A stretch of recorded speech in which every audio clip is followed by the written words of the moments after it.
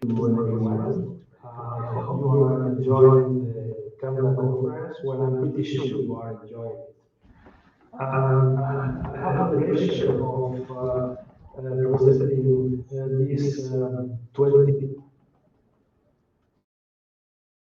this 20 edition of CAMDA.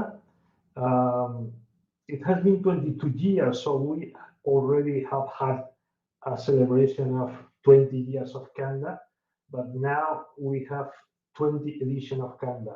And for this occasion, probably you can see it, I'm wearing one of these legendary CAMDA t-shirts that I hope that in the future we can take again this nice tradition. So this 20 years of 20 edition of CAMDA makes of this conference one of the eldest conference and more resilient among all these conferences. So let me take you for an interesting tour covering the last 2 decades in which a lot of things happened, and you'll see how CAMDA has evolved as the technologies has evolved. So CAMDA originally stands for Critical Assessment of Microarray Data Analysis. Maybe for some of you, microarrays is a sort of word with not much meaning because it was a very modern technique by 2000. It allows us to interrogate transcriptomes and interrogate more than 1,000 genes in an experiment, which was by then something amazing. So CAMDA was first organized in 2000. And the main focus was microarray data analysis, which poses a lot, or posed by then a lot of new challenges for analysis, and it was actually the paradigm of big data by then. Now probably you will laugh, you would laugh if you realize the amount of data and the number of variables that was considered big data by then. But actually, it was big data by then. So CAMDA was born by 2000, as I mentioned, in the RTP, in the Research Triangle Park, in the Duke University, in particular in the Duke Comprehensive Cancer Center. And it was very much pushed by Simon Lin, who was initially one of the souls of the CAMDA conference. And it was sort of local conference for mathematicians and people interested in analysis, and it was gaining more and more scope with time. A very interesting aspect, at least in my opinion, is that CAMDA has always been an open-ended conference, meaning that usually it offers some data and some general problems. Obviously, many people focused on that challenges, but in some cases, other people came up with very interesting approaches, not exactly in the line of the initial challenges, but they were very interesting contribution from time to time. So I rescued these slides from one of my presentations in 2001, and it's very interesting to see that we have some neural networks. We were working with neural networks with perceptrons, which are the ancestor of deep neural networks. So by then we were already playing with this concept of for classifying or for trying to find class assignation in that case in cancer cell lineages. So you can see the small number of data that we were managing by then. But it was interesting anyway. So CAMDA was taking place in the Duke University, North Carolina, for 5 years until 2006. And in 2007, we start experiment of organizing the conference abroad, in particular in Valencia, Spain, where I was located by then. So we make of CAMDA an international conference by since this moment. Then 2007 was the first year in which CAMDA was an international conference, and it was organized in the Prince Philip Research Center in Valencia, in Spain. So you can see the poster. In the poster, you can see one of these very nice sunsets that we have we enjoy in the Prince Philip Research Center. So we have a lot of sponsors in this conference, including some Spanish institutions like the Genome Spain, but also the recently created Spanish National Institute of Bioinformatics that it still exists as part of the initiatives of genomics and personalized medicine in Spain.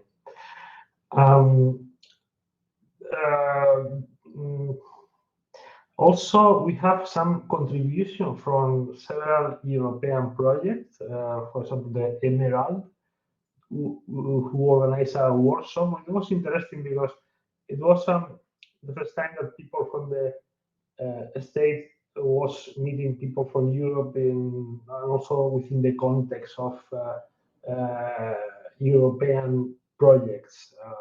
I think it was a quite interesting mixture of people that we had in this conference. By 2009, it was clear that other techniques like sequencing, that DNA sequencing, were, being more and more developed, and were also very interesting, and were also something to be considered in a conference like CAMDA. So we decided to change the M for microarrays for the M for massive. So the first CAMDA conference with the M of massive took place in Chicago, and it is stated in the webpage that with the advent of next generation sequencing technologies, more and more genome-wide assays, which previously could only be performed cost effectively by microarrays, now can also be done by using next generation sequencing. So new challenges again. So is the obvious ecosystem for CAMDA. So interestingly, you can see in this document, which is the web page. By the way, I didn't comment the look of the web page. You can see that it's completely different look than the very nice web page that we have now. But that was something which was the state of the art by then, right? So it was the style, the research triangle park style with the pyramid here in Canada. So as you can see in this document, the second hour for the presentation was SecMap Reduce, software and web service for accelerating sequence mapping. So Canada was doing a lot of efforts to start to working with sequencing data. So there was a gap between 2009 and 2011 because CAMDA was organized by then, by 2009, late in the year, and we decided to join to the ISMB as a satellite meeting that was very close in 2010 to the last 2009 CAMDA. So we jumped over 1 year and we organized the new CAMDA meeting in 2011 as a satellite meeting of the ISMB. Here you can see a screenshot of the web page of the CAMDA 2011 conference, the first conference that was held as an official satellite meeting of the ISMB ECCB in Vienna. And Vienna happens to be the location of one of our organizer, David Crail. And this um, this edition of CAMDA came with several changes that I'm going to mention in the next slides. But before mentioning more details, we follow the line of time. The next change of status of CAMDA was by 2017, in which we changed CAMDA as from being a satellite meeting to be run as a COSI. Again, this is a screenshot of the edition of 2017, which was a community of special interest, the new CAMDA. And as you can see from the web page, microlights are already absent for several years from the and other new type of data, like for example metagenomic data, is coming for new challenges in Canada. And not much comment on this slide. You already know how big was the impact of the COVID-19 in our lives, and therefore we have 2 years of not only of Canada, but all our lives were stopped. So there were two virtual CAMDAs in 2020 and 2021. They were the CAMDA virtual years. Let me show this slide. You may think that is purely aesthetic, which is the evolution of the CAMDA logo. But this evolution is attached to different changes in the philosophy and the evolution of CAMDA. We have in the bottom the original logo from the RTP, from the Duke University. Then when the conference became more international, the logo changed, although it still retained this pyramid that was the logo from the RTP, from the Research Triangle Park. And then we changed to massive.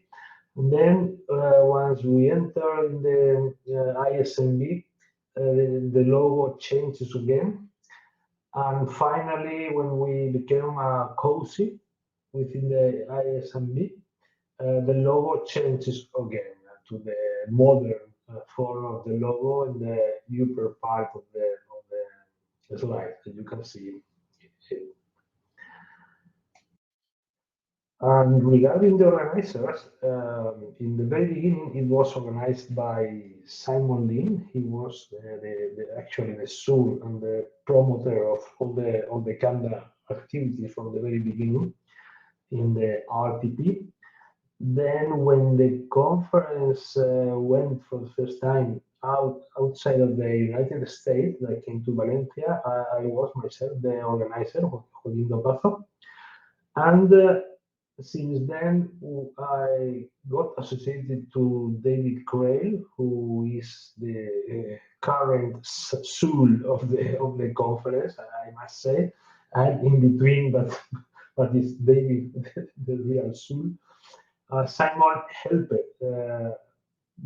from time to time, and since 2011, Pavel Lavak joined, and Pavel is doing an amazing lot of work, maintaining the web page, etc., etc.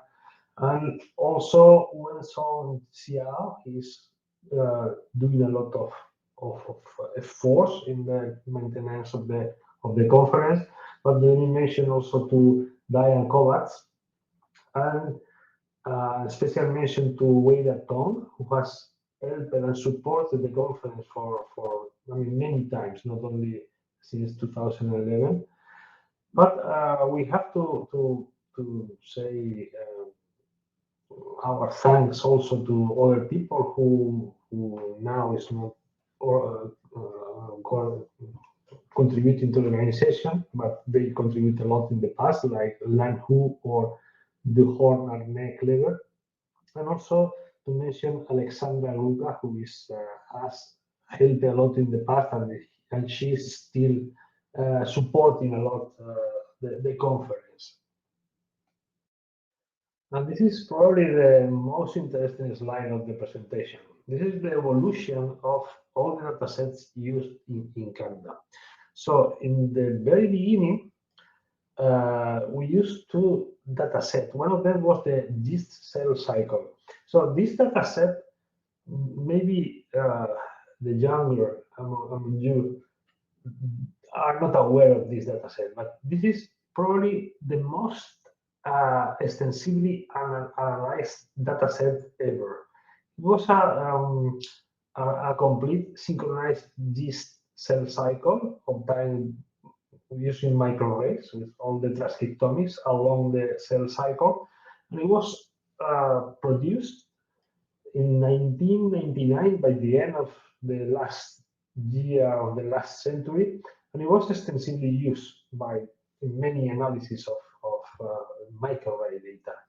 So there was another data on leukemia. So in 2001, there were more leukemias, AML and ALL, and also yeast, and also a new data set with the cell lines, the NCI60, so 60 cell lines.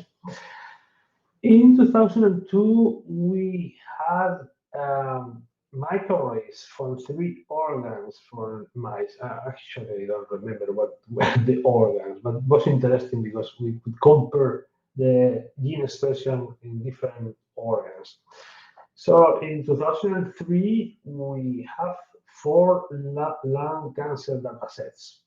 And in 2004, it was very interesting because we had the dataset for malaria, so the parasite.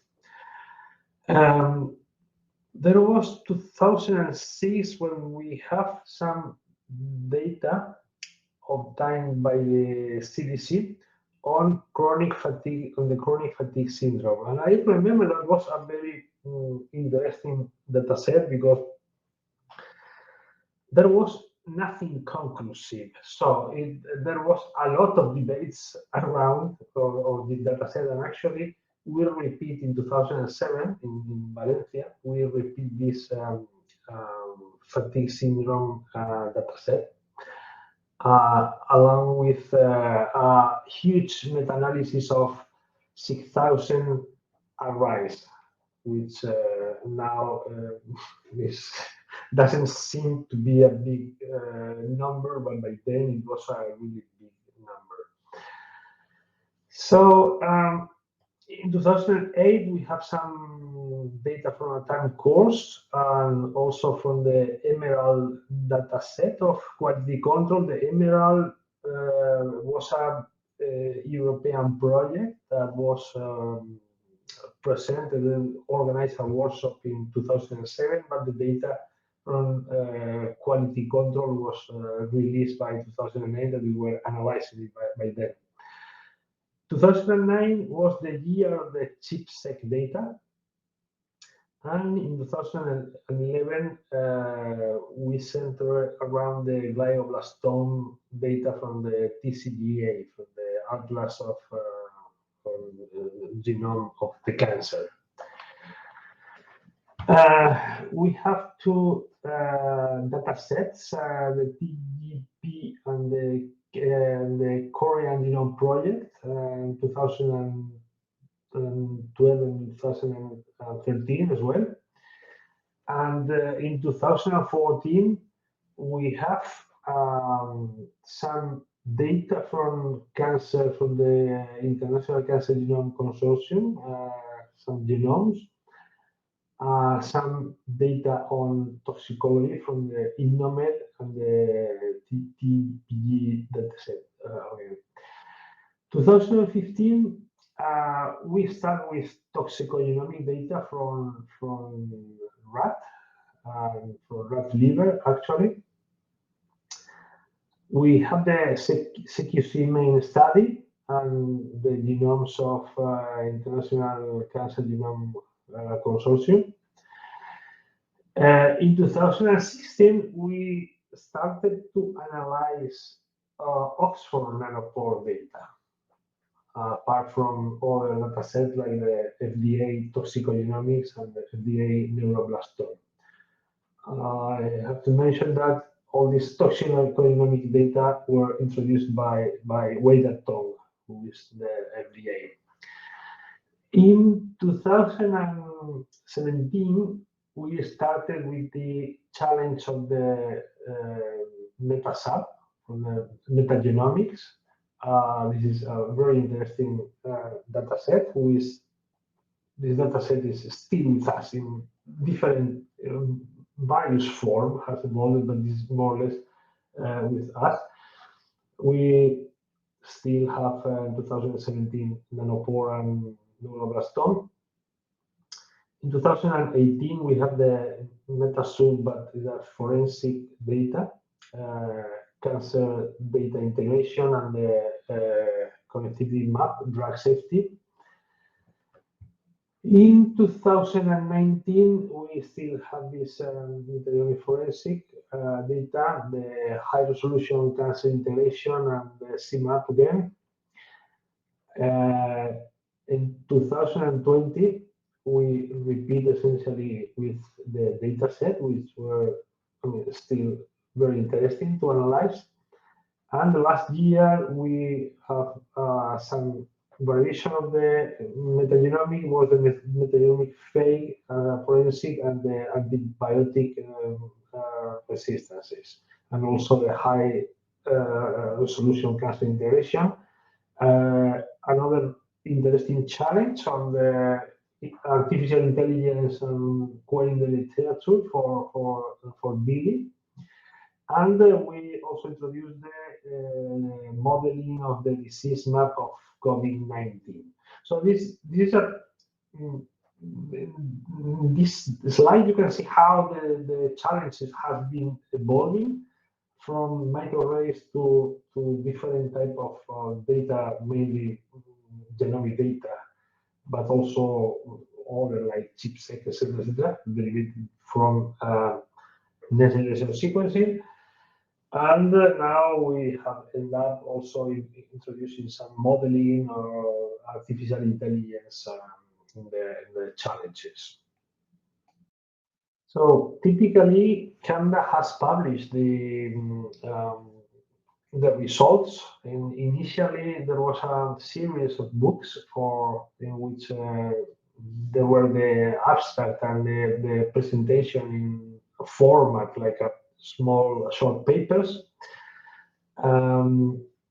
For some reason, from 2004 and 2006 were lost.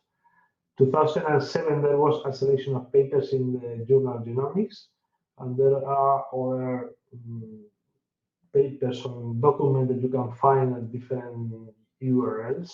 You are interested in seeing what we were doing by then.